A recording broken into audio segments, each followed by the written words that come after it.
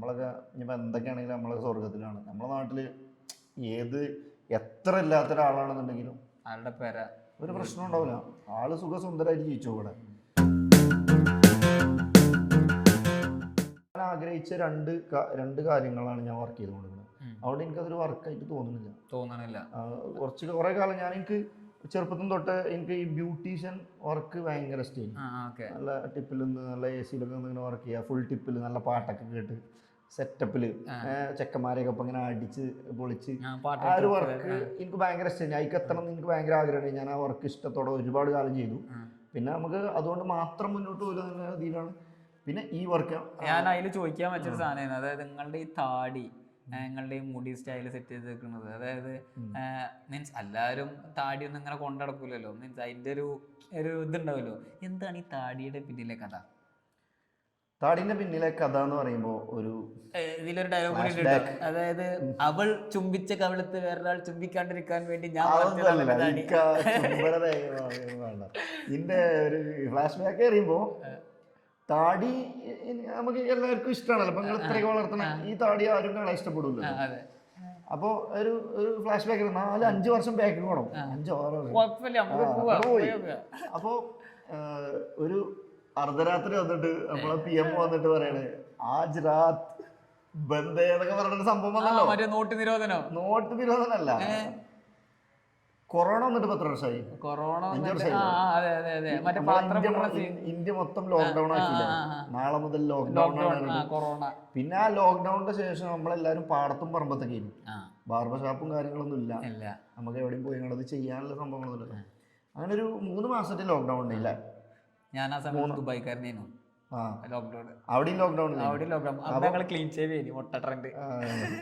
അപ്പോ ഒരു 2-3 മാസം കഴിഞ്ഞിട്ട് ഞാന് ഇങ്ങനെ കടയിൽ ചെന്ന് നോക്കിയപ്പോ, കണ്ണാടിക്ക് നോക്കിയപ്പോ താടി അത്യാവശ്യം വളർന്നു.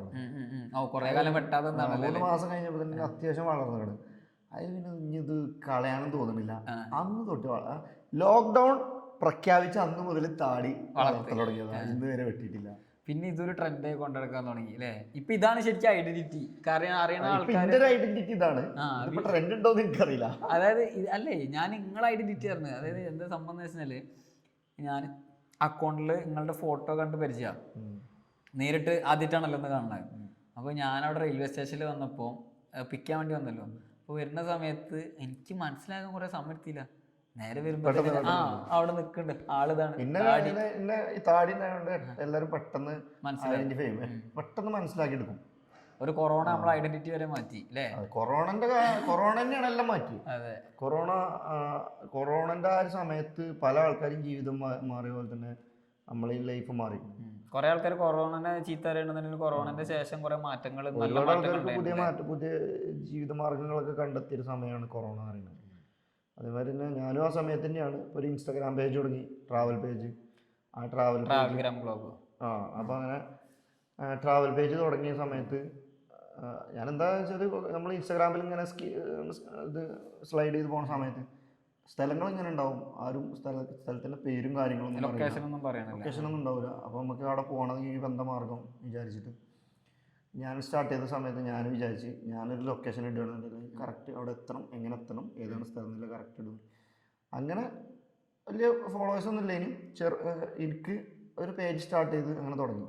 പക്ഷെ വിചാരിച്ചില്ലാതെ റെസ്പോൺസ് തന്ന ആൾക്കാർ, അതായത് അത് ആ സമയത്തേനും ആൾക്കാർക്ക് എന്താ പറയാ, സ്ഥലം കാണുമ്പോൾ അങ്ങോട്ട് എത്തിപ്പെടണം എന്നുണ്ട് കുറെ ആൾക്കാർക്ക്. പക്ഷെ എത്തിപ്പെടാൻ പറ്റാതെ എങ്ങനെ എത്തും, എന്താണ് അവിടുത്തെ ചെലവുകൾ, എങ്ങനെയാണ് അവിടെ സ്റ്റേ ചെയ്യുക, ട്രെയിനിന് എവിടെ വന്ന് ഇറങ്ങണം എന്നുള്ള കാര്യങ്ങളൊക്കെ ഡീറ്റെയിൽ ആയിട്ട് ഞാൻ ഏതൊരു ലൊക്കേഷൻ്റെ അടിയിലും ഞാൻ ഇട്ട് കൊടുക്കും, കറക്റ്റ് ചെയ്ത് കൊടുക്കും. അതിൽ നമ്മൾ ബിസിനസ് ഒന്നും നോക്കിയില്ല, എല്ലാവരും എൻ്റെ ഒരു പാഷനായിട്ട് ഞാൻ അങ്ങനെ ചെയ്തു പോയി. പേജ് ജനങ്ങൾ ഓട്ടോമാറ്റിക്കായി ഏറ്റെടുത്തും ചെയ്തു. ഇപ്പൊ ഇത്രയും യാത്ര എത്തിയില്ലേ, ഇതിൽ ഏറ്റവും ഇഷ്ടപ്പെട്ട ഇനിയും തിരിച്ചെപ്പോഴും പോകണമെന്ന് ആഗ്രഹിക്കണ ഒരു സ്ഥലം ഏതാ? എനിക്ക് അങ്ങനല്ല, എനിക്ക് കാശ്മീരും ഹിമാചലും ഭയങ്കര ഇഷ്ടം. തണുപ്പ് എന്നൊരു വീക്ക്നെസ് ആണല്ലേ? തണുപ്പ് അവിടെ നിൽക്കുമ്പോൾ ഇങ്ങനെ തണുപ്പ് പണ്ടാറം ഇവിടെ നിന്ന് കഴിച്ചിലാക്കി കിട്ടിയാൽ മതിയൊക്കെ തോന്നും. അതൊക്കെ കഴിഞ്ഞ് വീട്ടിലെത്തി ഒരു 3 ദിവസം കഴിയുമ്പോൾ ഗുൽമാർഗ് തിരിച്ചു പോയാലോ? ഗുൽമാർഗ് പിന്നെ ഇവിടെ ഇങ്ങനെ റീൽ നോക്കുമ്പോഴേക്കാരം ഗുൽമാർഗ് ഒന്നുകൂടി പോയാലോ? ഇപ്പൊ വീണ്ടും ട്രെൻഡ് ആയിട്ടുണ്ടേനു കംപ്ലീറ്റ്ലി ആൾക്കാർ ഫുള്ള് കാശ്മീരും പരിപാടികളായിട്ട് ട്രിപ്പ് പോകുന്നു, യാത്രകൾ പോകുന്നു, അങ്ങനെ സോഷ്യൽ മീഡിയ മൊത്തം ട്രാവൽ ചെയ്യുന്ന ആൾക്കാർ ഇഷ്ടം പോലെയാണ് അല്ലേ. പണ്ട് ഇതൊരു ബുദ്ധിമുട്ടുള്ളൊരു സാധനമായിരുന്നു എല്ലായിടത്തും എത്താൻ. പണ്ട് ബുദ്ധിമുട്ട് മാത്രമല്ല, പണ്ട് ആൾക്കാർക്ക് അറിയില്ല പുറത്തു പോയാൽ എന്താ സംഭവിക്കുക, ആൾക്കാർക്ക് ഒരു പേടിയാണ്. ഇപ്പോൾ പുറത്ത് പോയി യാത്ര ചെയ്ത് വന്ന ആൾക്കാരെ കഥകൾ കേൾക്കുമ്പോൾ നമ്മൾ ചിന്തിക്കണ പോലെ നല്ല പുറത്ത് നടക്കണമെന്നുള്ള ചിന്ത എല്ലാവർക്കും വന്നു തുടങ്ങി. അതുകൊണ്ട് തന്നെ ധൈര്യമായിട്ട് ഫാമിലിനൊപ്പം കുട്ടികളെ കയറ്റി യാത്ര ചെയ്യാൻ ആൾക്കാർ തുടങ്ങി. അതേപോലെ നമ്മൾ പുറത്ത് പോകുമ്പോൾ നോർത്തിലത്തെ ആൾക്കാർ, മീൻസ് നോർത്തിലൊന്നല്ല, കേരളം വിട്ട് കഴിഞ്ഞിട്ടുള്ള ഏറെക്കുറെ സ്ഥലത്തൊക്കെ പോകുമ്പോൾ കേട്ടിട്ടുണ്ട്, എവിടുത്തെ കേരള മലപ്പുറം പറയുമ്പോൾ നമുക്ക് ഭയങ്കര ഒരു സ്പേസ് തരുന്ന ഒരു ഫീൽ കിട്ടിയിട്ടുണ്ട് അല്ലേ. നമ്മൾ എവിടെയും ചെന്ന് പറയിപ്പിച്ചില്ല മലയാളികൾ എപ്പോഴും നമ്മളെ നാട്ടിൽ എങ്ങനെയാണ്, നമ്മളെ നാട്ടിൽ മറ്റുള്ളവരെ ബുദ്ധിമുട്ടിക്കുന്ന പരിപാടികളൊന്നും നമുക്കില്ലല്ലോ. അപ്പോൾ അത് ശീലിച്ചു പോകുന്ന ആൾക്കാരാണ് നമ്മൾ.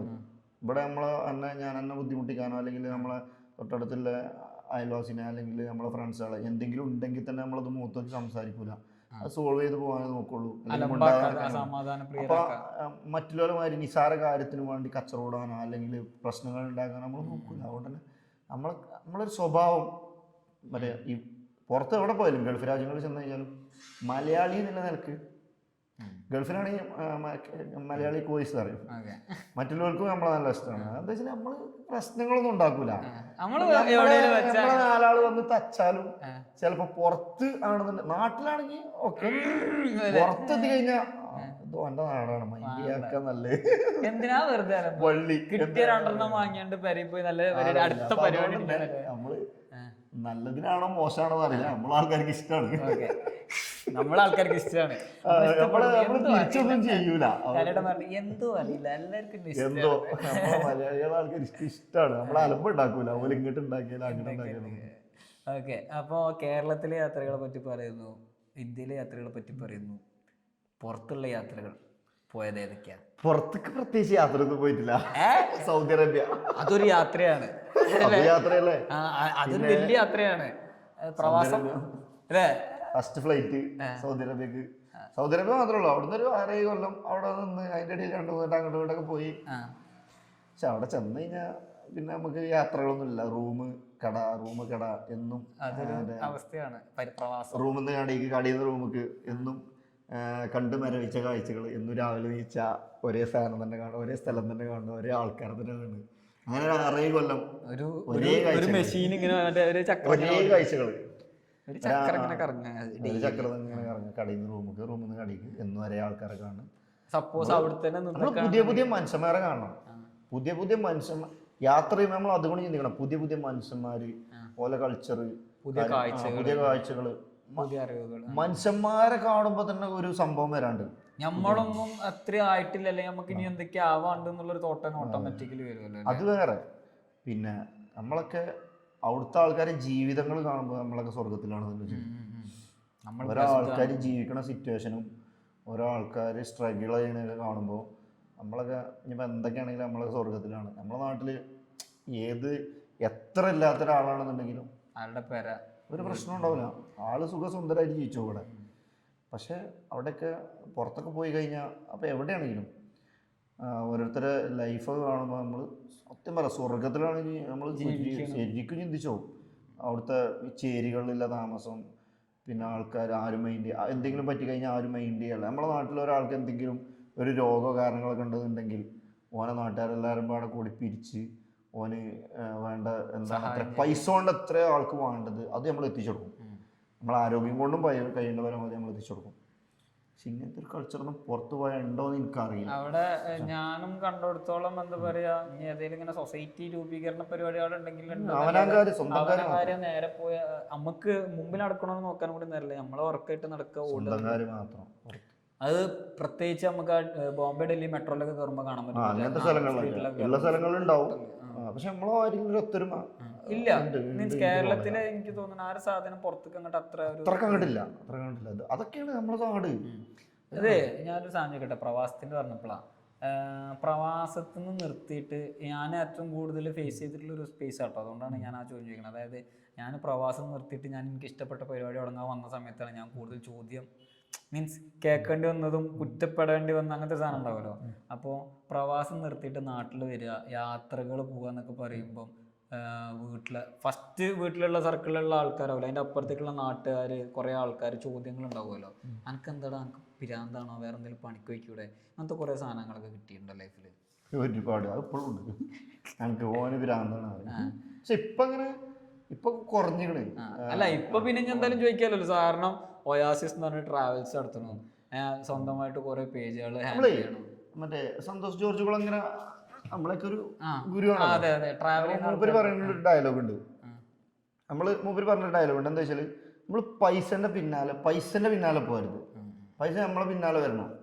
അതായത് ഞാൻ എൻ്റെ അടുത്ത് കുറെ പൈസ ഉണ്ട് എന്നല്ല, ആ ഒരു സംഭവം കറക്റ്റ് എൻ്റെ ലൈഫിൽ സംഭവിച്ചിരുന്നു. അതായത് ഞാൻ ട്രാവൽ പോകും, സ്ഥലങ്ങൾ കാണും തിരിച്ചു വരും, അങ്ങനെ പല കോണ്ടാക്റ്റും അവിടെ ഇവിടെ ഉണ്ടാക്കി. പിന്നെ നമുക്ക് പൈസ ഇല്ലാത്തൊരു സമയത്ത് ഞാൻ നാട്ടിൽ നിന്ന് കുറച്ച് ആൾക്കാരെ കൊണ്ടുപോകും. ഇപ്പോൾ ഒരു 10-20 ആൾക്കാരെ കൊണ്ടുപോയിട്ട് ആ പൈസക്ക് ഇപ്പോൾ ഒരു മണാലി പാക്കേജ് കുറച്ച് ആൾക്കാരും കൊണ്ട് ചെയ്ത് കഴിഞ്ഞാൽ ആ മണാലി പാക്കേജിനെയാണ് പഞ്ചാബ് എന്ന് പറഞ്ഞു. പിന്നത്തെ അടുത്തൊരു ട്രിപ്പ് കുറച്ച് ആൾക്കാർ കൊണ്ടാണ് ഗുജറാത്ത് എന്ന് ഇറങ്ങും. പിന്നത്തെ കുറച്ച് പാക്കേജ് കൊണ്ട് ഡൽഹി അതിലൊന്ന് ഇറങ്ങും. പിന്നെ കുറച്ച് ആൾക്കാരും കൊണ്ട് കാശ്മീർ എന്ന് ഇറങ്ങി. ഇങ്ങനെ ആദ്യകാലങ്ങളൊക്കെ എനിക്ക് ട്രാവൽ ചെയ്യാൻ വേണ്ടി ചെയ്തൊരു സംഭവം. ഞാൻ ട്രാവൽ ചെയ്ത് പിന്നെ എനിക്കിപ്പോൾ അതൊരു ജീവിതമാർഗമായി. പിന്നെ അതിന്റെ പൈസ നമ്മളെ അടുത്ത് ഇങ്ങോട്ട് വരണം തുടങ്ങി. അതായത് നമ്മള് എന്താ പറയാ, പൈസന്റെ ബാക്ക് പോവാതെ ഇഷ്ടപ്പെട്ട ചെയ്തു. ഒരു പൈസയും പ്രതീക്ഷിച്ചാണ്ടല്ല ട്രാവൽ കമ്പനി തുടങ്ങണമെന്നോ അല്ലെങ്കിൽ കുറെ പൈസ ഉണ്ടാക്കണമെന്നൊന്നും വിചാരിച്ചിട്ടല്ല ഇതിലേക്ക് ഇറങ്ങിയത്, യാത്ര ചെയ്യാൻ ഇറങ്ങിയത്. പക്ഷെ ലാസ്റ്റ് ഞാനൊരു ട്രാവൽ കമ്പനിന്റെ ഒരു ഓൺ ചെയ്യുന്ന ഒരാളായി, ഓട്ടോമാറ്റിക്. അപ്പം ഇവര് പറഞ്ഞ കാര്യം കറക്റ്റാണ്. കാരണം ഒരുപാട് കാലം ഞാൻ ബുദ്ധിമുട്ടിക്കണം. ഒരുപാട് കാലം യാത്ര ചെയ്ത് കയ്യിലെ പൈസ കളഞ്ഞ് അതൊന്നും മൈൻഡിൽ ഇതില്ല. ഇങ്ങനെ നമ്മളൊരു പരിപാടി തുടങ്ങണം, ഇങ്ങനെ നമ്മളെ ജീവിതമാർഗ്ഗം ആക്കണം എന്നൊന്നും. അവസാനം നമ്മുടെ ജീവിതമാർഗ്ഗം അതായി. പിന്നെ ഇതന്നെ നമ്മള് ട്രാവലുകൾ പരിപാടികൾ നടത്തുന്നു. ഇനി നമ്മള് മുന്നോട്ടുള്ള യാത്രയിൽ നമുക്ക് പുറത്തേക്കൊക്കെ പോകാൻ പറ്റട്ടെ, കുറെ ആൾക്കാരെ കൊണ്ട് പല മറ്റേ ലോകത്തിന്റെ അപ്പുറത്തേക്ക് സഞ്ചരിക്കാൻ പറ്റട്ടെ അല്ലേ? അല്ല എന്റെ ഒരു മൈൻഡ് സെറ്റിൽ ഇനി അടുത്ത സ്ഥലങ്ങൾ കാണണം. അതെ, ആൾക്കാരെ കൊണ്ടുപോകുന്നതോടൊപ്പം എനിക്ക് സ്ഥലങ്ങൾ. ഇനി അടുത്ത ഏതെങ്കിലും പാക്കേജ് വരുമ്പോ കുറെ പൈസ എനിക്ക് ലോകത്ത് കുറെ രാജ്യങ്ങൾ കാണാൻ ഇതൊരു അവസരമായിട്ട്. ഇനി അടുത്ത ഏതെങ്കിലും പാക്കേജുകാരെ വിളിക്കുമ്പോൾ പറയാ, നമുക്ക് ഇപ്പൊ ഏറ്റവും നല്ലത് മാലദ്വീപ് വഴി മറ്റേ ലക്ഷദ്വീപിലൊന്ന് പോകാൻ നല്ല ട്രിപ്പ് ഉണ്ട്, വേണമെങ്കിൽ നോക്കാറുണ്ടോ, അവരെ കൊണ്ട് പോകാല്ലേ? അങ്ങനെയുണ്ട്. പക്ഷെ നമുക്ക് കുറെ സ്ഥലങ്ങൾ ഇപ്പൊ കാണാൻ ആഗ്രഹിച്ച കുറെ സ്ഥലങ്ങൾ എനിക്ക് മിസ്സായിട്ടുണ്ട്. അതായത് ഇപ്പോ അതിന്റെ ശേഷം നമുക്ക് കുറെ ബുക്കിങ്സും കാര്യങ്ങളൊക്കെ വന്നു. ഇപ്പൊ ലക്ഷദ്വീപ് അല്ലെങ്കിൽ ഇപ്പോ ആൻഡമാൻ നിക്കോബാർ ഇങ്ങനത്തെ സ്ഥലങ്ങൾക്കൊക്കെ നമ്മൾ ഗ്രൂപ്പിനെ പറഞ്ഞു. സാധാരണ എനിക്ക് പോകാൻ വേണ്ടിയാണ് ഞാൻ ഗ്രൂപ്പ് ട്രിപ്പ് ഇടല്. പക്ഷെ പിന്നെ ഈ കാശ്മീർ മണാലി അങ്ങനത്തെ തിരക്കായത് കാരണം ലക്ഷദ്വീപൊക്കെ കാളെ വേറെ പറഞ്ഞേക്കേണ്ട അവസ്ഥ ഉണ്ട്. എനിക്ക് തോന്നുന്നു നിങ്ങള് മിക്കവാറും ലക്ഷദ്വീപും മറ്റേ എന്താ പറയാ മറ്റേ കാശ്മീരും അത് നിങ്ങളെ നല്ല വീണ്ടും വിളിക്കുന്നുണ്ട്. അതായത് ഇനിയിപ്പോ നമ്മളെ വീട് എന്ന് പറയണ പോലെയാണല്ലോ, നമ്മളെ ഹോം എന്ന് പറയണ പോലെ തിരിച്ചെപ്പോഴും വിളിച്ചുകൊണ്ടിരിക്കുന്ന സ്ഥലം. നമുക്കൊരു ഡ്രീം അല്ലേനോ കാശ്മീർ എന്നൊക്കെ പറയുമ്പോ. ഞാനൊന്നും പോകുന്നു ഒരിക്കലും ചിന്തിക്കാത്തൊരു സമയം കാശ്മീർ എന്നൊക്കെ പറയുമ്പോ നമ്മള് ഇത് ഹിന്ദി സിനിമയിൽ ഷാറുഖ് ഖാൻ ഇങ്ങനെ പാടിയെടുക്കുന്ന സീനുകളൊക്കെ. പക്ഷെ അന്നൊന്നും ഞാൻ ചിന്തിച്ചിട്ടില്ല ഈ കാശ്മീര് പോയി അവിടെ നമ്മൾ കുത്തിമറിയുന്ന ഒരു അവസ്ഥ വരുന്നു. കാശ്മീരിലെ ഓരോ സ്ഥലങ്ങളൊക്കെ പറയുമ്പോ ഗസ്റ്റ് മുഖത്ത് നോക്കി കാശ്മീർ ഇപ്പൊ ഗുൽമാർഗ്, പെഹൽഗാം, സോനാമാർഗ്, ബിജ്ബേര അല്ലെങ്കിൽ ഇങ്ങനത്തെ ഓരോ സ്ഥലങ്ങളൊക്കെ പറയുമ്പോഴേ ആൾക്കാർ ഇത്രയും സ്ഥലങ്ങളൊക്കെ കുറെ കാലം ഇവിടെ സത്യത്തിൽ തന്നെ പരിപാടി അല്ലേ? കാശ്മീരിൽ നമ്മളെ നാട്ടിൽ അതേമാതിരി ഇപ്പൊ ആ ഒരു ഏരിയയിൽ ഒരുപാട് സ്ഥലങ്ങളെ പേര് നമ്മൾ പറയുന്നു. ഇപ്പോ നമ്മള് ജമ്മു, ശ്രീനഗർ, ഗുൽമാർഗ്, പെഹൽഗാം, സോനാമാർഗ്, അതേപോലെ തന്നെ ദൂദ് പത്രി, ബിജ്ബേര, അതേപോലെ തന്നെ ആറു Valley, Betaab Valley, Chandan Valley, പിന്നെ അങ്ങനത്തെ ഇങ്ങനെ ഒരു വരിക്ക് ഇങ്ങനെ പറയുമ്പോഴേ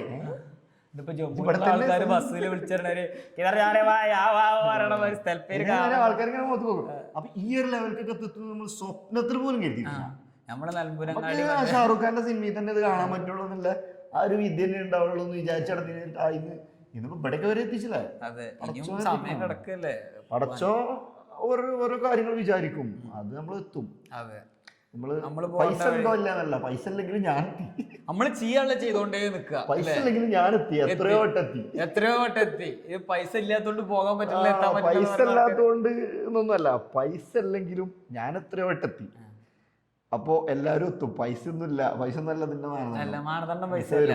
പൈസ നമ്മൾ ആദ്യം മനസ്സുകൊണ്ട് ഉറപ്പിക്കുക. പോകാണ് മറ്റോ പറഞ്ഞാൽ രണ്ടും ഉറപ്പിച്ച് മനസ്സിൽ നെയ്യത്ത് വെക്കല്.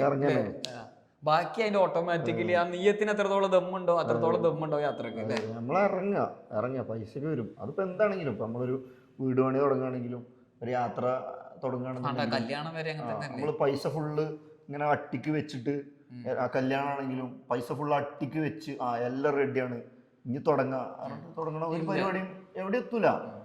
നമ്മള് ഒരു സംഭവം വിചാരിച്ചിട്ടുണ്ടെങ്കിൽ തുടങ്ങണം ആദ്യം, ബാക്കി തുടങ്ങും, ബാക്കി അതങ്ങനെ നടന്നോളും.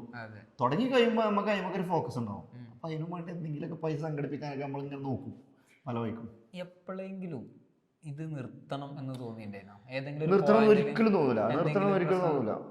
ഒരു പ്രശ്നം നമ്മൾ പിൻവലിച്ചിട്ടില്ല. പ്രശ്നങ്ങൾ നല്ല പ്രശ്നങ്ങൾ ഉണ്ടായിരിക്കണം, നല്ല ബുദ്ധിമുട്ടി. ഏറ്റവും കൂടുതൽ സീൻ മീൻസ് അതായത് നമ്മളെ മെന്റലി നമ്മളുണ്ടാവല്ലോ ആരും അത്രയും ഒരു എത്തുന്ന ഒരു സാധനത്തിലേക്ക്, അതായത് നമ്മളെ ചുറ്റും നമ്മളെ പ്രഷറൈസ് ചെയ്തിട്ട് ഇതല്ല മീൻസ് ഒരു സമയം ഫണ്ടൊന്നും വരാതിരിക്കുന്ന സമയം, അല്ലെങ്കിൽ നമുക്ക് വേറെ എന്തെങ്കിലും ചെയ്യേണ്ടി വരിക, അല്ലെങ്കിൽ നമ്മളുടെ കഷ്ടപ്പാട് നമ്മളെ ലോക്കാക്കുന്ന സിറ്റുവേഷൻ അങ്ങനെ വന്നിട്ടുണ്ടാവില്ലേ? അതിപ്പോ ഈ അടുത്ത് ഇപ്പൊ കഴിഞ്ഞ ഏപ്രിലല്ലേ കാശ്മീരിൽ മറ്റേ പ്രശ്നം ഉണ്ടായിരുന്നു. ആ സമയത്ത് നിർത്തണമെന്നൊന്നും തോന്നിയിട്ടില്ല, പക്ഷെ നല്ല രീതിയിൽ ബുദ്ധിമുട്ടുണ്ടായി. പറഞ്ഞാൽ നമുക്ക് ഒരുപാട് ആൾക്കാർ അഡ്വാൻസ് തന്നു. അങ്ങനെ അഡ്വാൻസ് നമ്മൾ കാര്യങ്ങളൊന്നും മേടിക്കലില്ല കൂടുതലൊന്നും. നമുക്ക് ഓൽക്കും നഷ്ടമില്ലാത്ത രീതിയിൽ നമുക്ക് നഷ്ടമില്ലാത്ത രീതിയിൽ ചെറിയൊരു അഡ്വാൻസ് ഒക്കെ മേടിച്ചിടലുള്ളൂ. പക്ഷെ അതും ആൾക്കാർ തിരിച്ചു ചോദിക്കാൻ തുടങ്ങിയപ്പോൾ നമ്മൾ അഡ്വാൻസ് അവിടെ കൊടുക്കുമല്ലോ, കാശ്മീരിലാണ്. അപ്പോൾ ഓലും ഇപ്പോൾ എവിടേക്കാണെങ്കിലും ഇപ്പോൾ മണാലി വരെ പാക്കേജുകളുണ്ട്, ഒക്കെ ക്യാൻസലായി ഈ പ്രശ്നം കാരണം. അപ്പോൾ അന്ന് ഒരുപാട് പൈസ നമുക്ക് ലോസായി. അപ്പോൾ ആ സമയത്ത് ചെറിയൊരു ഇടങ്ങേറ് തോന്നിയിരുന്നു. പിന്നെ എനിക്ക് തന്നെ തോന്നി, ഇപ്പോൾ നമ്മൾ അത്രയും കാലം അവിടെ നിൽക്കുന്ന സമയത്ത് എനിക്ക് മനസ്സിൽ തോന്നിയൊരു സംഭവമുണ്ട്. ഈ ഒരു പ്രശ്നത്തിൻ്റെ ശേഷം, അവിടെ കാശ്മീരിൽ ഇങ്ങനെ ഒരു പ്രശ്നം ഉണ്ടായതിന് ശേഷം എനിക്കുണ്ടായ നഷ്ടം എത്രയാണ്. അപ്പോൾ അവിടുത്തെ ആൾക്കാർക്ക് ഉള്ള നഷ്ടങ്ങളാണ്. അപ്പോൾ നമ്മൾ അറിയുന്ന ഒരുപാട് ആൾക്കാരുണ്ട്. ഒരു കഴിഞ്ഞ 10 വർഷമായിട്ട് അവിടെ പ്രശ്നങ്ങളൊന്നും ഇല്ലാത്തതിൻ്റെ പേരിൽ ഇവർ നല്ലൊരു ജീവിതം സ്വപ്നം കാണാൻ തുടങ്ങി. നല്ലൊരു ജീവിതം സ്വപ്നം കണ്ട് ആ രീതിയിൽ മുന്നോട്ട് പോകാൻ തുടങ്ങി. നമ്മളെ നാട്ടിലേക്ക് പോലെ മലയാളികളൊക്കെ പോലെ തന്നെ നല്ലൊരു ലൈഫ് മുന്നോട്ട് കൊണ്ടുപോകാൻ തുടങ്ങി. ഒരു നല്ല കാറുകൾ എടുക്കാൻ തുടങ്ങി, നല്ല വീടുകൾ കയറ്റാൻ തുടങ്ങി, ബിസിനസ്സുകൾ ഡെവലപ്പ് ചെയ്യാൻ തുടങ്ങി, സ്വപ്നങ്ങൾ കാണാൻ തുടങ്ങി, നല്ല. അപ്പോൾ ഇതൊക്കെ കഴിഞ്ഞൊരു 10 വർഷത്തിൻ്റെ ഉള്ളിൽ ഇവർക്ക് സംഭവിച്ച മാറ്റങ്ങളാണ്. അപ്പോൾ ഈ മാറ്റങ്ങൾ സംഭവിക്കുമ്പോൾ സ്വാഭാവികമായിട്ടും ഇവർ എല്ലാവരും ലോൺ എടുക്കും. പല ബാങ്കുകളിലും 1-2 ലോണുകൾ ഇല്ലാത്ത കാശ്മീരികൾ കുറവാണ്. അപ്പോൾ ഈ ഒരു പ്രശ്നം കാരണം ഏറ്റവും ഇവരെ പഴയ ഒരു 10 കൊല്ലം മുന്നേ ഇവർ സാധാരണ ലൈഫ് എങ്ങനെയാണോ, നമ്മൾ മറ്റുള്ള ഒരു ബുദ്ധിമുട്ടുള്ള നോർത്തിലുള്ള സ്ഥലങ്ങളിലൊക്കെ ചെന്ന് കഴിഞ്ഞാൽ എങ്ങനെയാണോ ആ ലെവലിൽ നിന്നൊക്കെ ഇവർ മാറിയിനി. കാരണം ഇവർക്ക് അതിലെ ഗഡ്സ് ഉണ്ട്, നല്ല ടൂറിസം ഏരിയ ആണല്ലോ. അപ്പോൾ ആ ലെവലിൽ നിന്ന് ഇവർ മാറി നല്ല ലെവലിലേക്ക് വന്നു തുടങ്ങി. അപ്പോഴാണ് ഇപ്പോൾ വീണ്ടും ഒരു പഴയ ലെവലിലേക്ക് പോകുമെന്നുള്ളൊരു പേടി അവർക്കുണ്ട്. ലോൺ അടക്കാൻ പൈസ ഇല്ല. വണ്ടികൾ ഒരാൾക്ക് തന്നെ 2-3 വണ്ടികൾ ഉണ്ടാവും. അതായത് ടൂറിസ്റ്റുകൾ വരുമ്പോൾ ഹയർ കൊണ്ടുനടക്കാനുള്ള വണ്ടികൾ, കാറുകൾ ഉണ്ടാവും. ഇത് എടുക്കാനും ആളില്ല. ഇതിൽ വന്നുകൊണ്ട് ഗസ്റ്റുകളില്ല. ഒരു 5-6 മാസമായിട്ട് ഇപ്പോൾ ഈ സമയം വരെ കാശ്മീർക്ക് ഗസ്റ്റുകളില്ല. വിരലിലെണ്ണാവുന്ന ഗസ്റ്റുകളുള്ളൂ. അപ്പോൾ ഓർക്ക് എത്രത്തോളം ബുദ്ധിമുട്ട് ഓലും അനുഭവിക്കുന്നുണ്ടാവും. അപ്പം നമ്മളിതിപ്പോൾ ഇവിടെ തീർന്നു, പക്ഷെ ഓല് ലൈഫ് ലോങ് ബുദ്ധിമുട്ട് അനുഭവിക്കാൻ പോവാണ്. അപ്പോൾ അതിൽ പറയാന്ന് വെച്ചാൽ നമ്മൾ ഇപ്പോൾ അതിന് ശേഷം അവിടെ സെക്യൂരിറ്റി കൂടുതലാണ്. അപ്പോൾ കാശ്മീർ ടൂറിസം എന്ന് പറയുന്നത് അവിടുത്തെ ആൾക്കാർ പാവങ്ങളാണ്. അവിടുത്തെ ആൾക്കാർ നമ്മളെ കൊണ്ട് കഴിയണമെന്ന് വെച്ചാൽ നമ്മൾ വീണ്ടും കാശ്മീരൊക്കെ പ്ലാൻ ചെയ്തിട്ടുണ്ടെങ്കിൽ കാശ്മീർ പോവാം. അത് നമ്മൾ സ്ഥലങ്ങൾ കാണും എന്നുള്ളതിൻ്റെ ഒപ്പം അത് അവിടുത്തെ ആൾക്കാർക്കും കൂടി ഒരു ഹെൽപ്പാണ്. കാരണം അവരുടെ ഒരു മറ്റേ ഇൻകം ഉണ്ടാവുന്ന ഇൻകം എന്ന് പറഞ്ഞാൽ ഓല ഇൻകം ചില്ലറ രീതിയിലൊന്നല്ല അടങ്ങുകയാണ്. ഒരു ടൂറിസമാണ് കുഴപ്പമില്ലാത്തൊരു ഫണ്ട്. ഒരു പല ആളുകളും ആത്മഹത്യൻ്റെ വക്കിൽ വരെ എത്തി നിൽക്കുന്ന ആൾക്കാരുണ്ട്. കാരണം അത്രയും ലോണാണ് ബാങ്കിലൊക്കെ. പക്ഷെ അവർ അങ്ങനെ ആത്മഹത്യ ചെയ്യണ ഒരു കൂട്ടത്തിലുള്ള ആൾക്കാരല്ല. അപ്പോൾ അങ്ങനത്തെ അത്രയും ലോണുകളും കാര്യങ്ങളും ഒക്കെ ഉണ്ട്. വീടുമ്മലും വണ്ടിമ്മലും ബിസിനസ്സുമ്മലൊക്കെ ആയിട്ട് ഒറ്റയടിക്ക് സ്റ്റക്കായിക്കല്ലേ, സ്റ്റക്കായല്ലോ അവിടെ. നമ്മൾ ആഫ്റ്റർ കൊറോണ ബിഫോർ കൊറോണ എന്നൊക്കെ പറയണ മാതിരി തന്നെ അവിടെ അതെ ആ ഒരു ബുദ്ധിമുട്ട്. അപ്പം അതേമാതിരി ബുദ്ധിമുട്ട് നമുക്ക് ഈ അടുത്തുണ്ടായിനി. അത് ചെറിയൊരു ബുദ്ധിമുട്ടുണ്ടായി. ഇതിപ്പോൾ എങ്ങനെ എന്താ എവിടെ ചെന്ന് അവസാനിക്കുന്നില്ല. പക്ഷെ ഇപ്പോൾ വീണ്ടും പ്രതീക്ഷകളുണ്ട്. കാശ്മീർക്ക് എന്നാലും ബുക്കിംഗ് കുറവാണ്, പണ്ടത്തെ പോലെയുള്ള വിളികളൊന്നുമില്ല. വന്നോളൂന്ന് വിചാരിക്കാം, മഞ്ഞൊക്കെ പെയ്ത് ട്രെൻഡൊക്കെ മാറുമ്പോൾ, അടുത്തൊരു ട്രെൻഡ് മഞ്ഞ് സ്നോഫാളൊക്കെ സ്റ്റാർട്ട് ചെയ്ത് ട്രെൻഡ് മാറുമ്പോൾ അപ്പൊ ചെക്കന്മാര് അപ്പോൾ ആൾക്കാർ ഇതൊക്കെ മറന്ന് വീണ്ടും വരുന്നില്ലാണ് പ്രതീക്ഷ. നമ്മളെ വയനാട് എങ്ങനെയായിരുന്നു? വയനാട് ഉരുൾപൊട്ടിന് ശേഷം ആൾക്കാർക്ക് പോകാൻ ഭയങ്കര മടിയില്ലേനോ? ഒരു കൊല്ലമായിട്ടില്ല, ട്രെൻഡ് മാറി തുടങ്ങി, വയനാട് ആൾക്കാർ പോകാൻ തുടങ്ങി. സ്കൈ വാക്കും ബഞ്ചി ജമ്പും സിപ്ലൈനും വന്നുകൊണ്ട് ആൾക്കാരോട് ട്രെൻഡുകൾ. അതെ, ശരിയാണോ? മറവി നല്ലതാണ്, മറവി ഏറ്റവും വലിയൊരു അനുഗ്രഹമാണ്. അതെ, അത് നല്ലൊരു സാധനം. മറവി ക്യാപ്ഷൻ എടുത്തിട്ടുണ്ട്. കുറെ ആൾക്കാർ പറഞ്ഞിട്ടുള്ളതാണെങ്കിൽ പോലും ആ സാധനം ഇപ്പോഴും എല്ലാവർക്കും ഉള്ളിലൊരു സാധനം. മറവി നല്ലതാണ് അല്ലേ? കുറെ അപ്പുറത്ത് മറവി ഏറ്റവും വലിയൊരു അനുഗ്രഹമാണ്, പഠിച്ചോന്ന് ഏറ്റവും വലിയൊരു അനുഗ്രഹമാണ് മറവി. പക്ഷെ മറവി ആ അനുഗ്രഹം അതൊരു അനുഗ്രഹമായിട്ട് നമ്മൾ കാണണം. വീണ്ടും ആ മറന്ന സാധനത്തിനെ കുത്തിപ്പൊന്തിച്ച് മേലക്കിടാൻ നോക്കരുത്. വേറെ ചിലതുണ്ട്, ഞാൻ മറന്നു ജന്തു ഇല്ലേ, ചില ആൾക്കാരുണ്ടല്ലോ അങ്ങോട്ട് കൊടുക്കാനുള്ളത്, എടാ ഞാൻ മറന്നടാ, അത് അനുഗ്രഹം. ആ മറവിയല്ല, അത് മറക്കാൻ പാടില്ല. കൊടുക്കാനുള്ളത് മറക്കരുത്. നമുക്ക് നമ്മളെ ലൈഫിനെ ബാധിക്കും എന്ന് വിചാരിക്കുന്ന സംഭവങ്ങളുണ്ടല്ലോ, ഇൻസിഡന്റുകൾ. ഇപ്പോൾ നമ്മള് ആ സംഭവം തന്നെ ഓർത്തുകൊണ്ടുവന്നാൽ നമുക്ക് മുന്നോട്ട് പോകാൻ പറ്റില്ല, അത്രയും ബാധിച്ച കാര്യങ്ങളാവും. അപ്പൊ അതും ഓർത്ത് നമ്മൾ ഇങ്ങനെ നിൽക്കരുത്. നമ്മളെ സ്വയം പിന്നോട്ട് വലിക്കുന്നതാണ് ഓർത്തിരിക്കാൻ പാടില്ല. ലാലേട്ടൻ പറയണ പോലെ അത് കഴിഞ്ഞതല്ലേ മോനെ, ആ ലെവലിൽ പോണം. അത് കഴിഞ്ഞു പോയില്ല മോനെ. ഇപ്പൊ അടുത്തൊരു മാധ്യമ പ്രവർത്തനോട് ലാലേട്ടൻ പറയുന്നുണ്ട്, ആ മൈക്ക് കൊണ്ടയാണ് കുത്തി, അങ്ങനെ മൈക്ക് കൊണ്ട് ലാലേട്ടന്റെ ഇവിടെ ചുണ്ടിനെ കൊണ്ടേ കുത്തിയപ്പോ ഓൻ വിളിച്ചിട്ട് സോറി പറയുമ്പോ എന്ത് പ്രശ്നം, അത് കഴിഞ്ഞല്ലേ മോനെ പറയുന്നുണ്ട്. ലാലേട്ടന്റെ സ്വഭാവം. അപ്പൊ ആ ഒരു മൈൻഡാണ് പോകാണ്ട്. നമ്മളെ ബാധിക്കുന്ന പ്രശ്നങ്ങളാണ് ഉണ്ടെങ്കിൽ അത് എത്ര വലിയ പ്രശ്നമാണെങ്കിലും മറവി എന്നുള്ള അനുഗ്രഹം, മറവി എന്നുള്ള അനുഗ്രഹമാണെന്നുള്ള ലെവലിൽ നമ്മൾ പോകണം.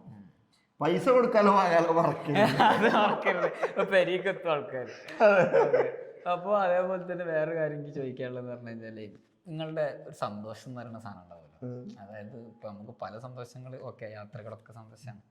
അതിൽ നിങ്ങളുടെ സന്തോഷത്തിന്റെ എക്സ്ട്രീമിൽ എത്തിക്കണ നേരം, ഇപ്പോൾ ഒരു സ്ഥലത്തേക്കൊക്കെ പോയിട്ട് ഇപ്പം നമുക്ക്, എനിക്ക് എൻ്റെ ഒരു സാധനം, അതായത് ഉള്ളിൽ സങ്കടം വരുന്ന സമയത്ത് ഏതെങ്കിലും ഒരു മലൻ്റെ മുകളിൽ പോയിരുന്ന് കുറച്ച് നേരം ഇരുന്ന് ഒരു കൂക്കലൊക്കെ കൂക്കി കുറച്ച് നേരം നോക്കി ഇങ്ങനെ ഇരുന്ന് കഴിഞ്ഞാൽ ഒരു സമാധാനം കിട്ടാണ്ടല്ലോ, കിട്ടും, റിലാക്സായി. പിന്നെ അപ്പോൾ നമുക്ക് ആ ചോദ്യങ്ങളും ഉത്തരങ്ങളൊക്കെ നമ്മൾ ആലോചിച്ച് പരിപാടികളൊക്കെ തീർത്ത് ഒറ്റക്ക് പോയിരുന്നു പരിപാടികളൊക്കെ കഴിഞ്ഞ് സമാധാനം തിരിച്ചു വരുമ്പോൾ കിട്ടുന്ന സുഖം, അതേപോലെ നിങ്ങൾക്ക് കിട്ടുന്ന സന്തോഷം അല്ലെങ്കിൽ ഹാപ്പിനെസ് എന്താണ്? ഈ പറഞ്ഞ തന്നെ നമ്മൾ ഒരു സ്ഥലത്ത് പോകുമ്പോൾ സന്തോഷം എന്ന് പറയുന്നത് ഒറ്റക്കല്ല, എനിക്ക് എൻ്റെ അതേ മൈൻഡിലുള്ള ആൾക്കാർ ഒരാൾ മതി. ആ ആളെ കൊണ്ട് ഞാൻ വലിയ കൂടുതൽ ആൾക്കാരുള്ള ഏരിയകളല്ല, ഒറ്റയ്ക്കുള്ള ഏരിയകൾ ഇങ്ങനെ അവിടെ ഇവിടെയൊക്കെ പോയി ഇരിക്കുക, കുറച്ച് നേരമാണെങ്കിൽ കുറച്ച് നേരം ഇരിക്കുക, പിന്നെ അങ്ങനത്തെ നമ്മളതേ മൈൻഡിലുള്ള ആൾക്കാരോട് സംസാരിക്കുക. അത് നമ്മൾ യാത്ര ചെയ്യുമ്പോൾ നമുക്ക് കിട്ടുന്ന ഒരു സന്തോഷമാണ്, അത് ഓട്ടോമാറ്റിക് വരുന്നൊരു സന്തോഷം. പക്ഷേ നമുക്ക് എങ്ങനത്തെ ആൾക്കാരെ വേണ്ടത്, അത് ഓട്ടോമാറ്റിക് നമ്മളെ ആൾക്കാരുടെ അടുത്ത് എത്തും. അല്ലാത്ത ആൾക്കാരെ നമ്മൾ തന്നെ ഓട്ടോമാറ്റിക് അവൈഡായി പോകും. അതുകൊണ്ട് തന്നെ എനിക്ക് അങ്ങനത്തെ ഒരു ഫ്രണ്ട്ഷിപ്പ് ഈ ഒരു ദിവസം വരെ ഞാൻ തിരഞ്ഞെടുത്തിട്ടല്ല, എനിക്കങ്ങനെ കിട്ടിയിരിക്കുന്നു. യാത്രകൾ നമുക്ക് ഇങ്ങനെ അവിടുന്ന് ഇവിടുന്ന് ഓരോന്ന് കൊണ്ടുതരും, നല്ലത് കൂടെ ഉണ്ടാവും.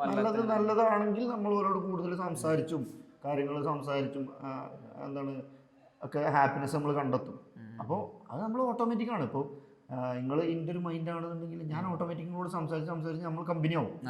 ഇപ്പോൾ വേറെ ആളോട് സംസാരിക്കുമ്പോൾ നമ്മളെ മൈൻഡ് അല്ലാന്നുണ്ടെങ്കിൽ നമ്മൾ ഓട്ടോമാറ്റിക് വരും.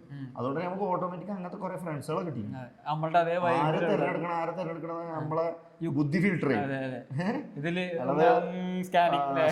ബുദ്ധി ഫിൽട്ടർ ചെയ്യും. അല്ലാതെ നമ്മൾ കരുതി കൂട്ടി ഒരാളെ ഫ്രണ്ട്സ് ആക്കണം, അവനിൻ്റെ മൈൻഡാണ് അല്ലെങ്കിൽ ഇവനിൻ്റെ മൈൻഡാണ്, അങ്ങനെയല്ല. അത് ഓട്ടോമാറ്റിക് ഫിൽട്ടർ ചെയ്ത് നമ്മളെ ബുദ്ധിനെ നമുക്ക് വേണ്ട ആൾക്കാരെ തരും.